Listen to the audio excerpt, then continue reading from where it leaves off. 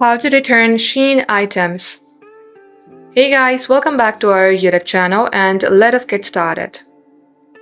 Launch your Shein application from your device and get logged into your Shein account.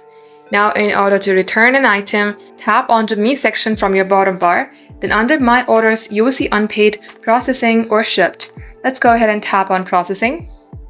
If you have any orders, you will be able to see under Processing. Just tap onto that item, then tap on Cancel Item, and you can also give a reason why you would like to return or cancel that item. In case you are not being able to see your order under Processing, you have to tap on Support. Under here, tap on Return and Refund. In here, you will see various articles. You can go ahead and just choose the one that you think is suitable for you. If you would like to have a live chat regarding your order, you can tap on Customer Service from your bottom left corner.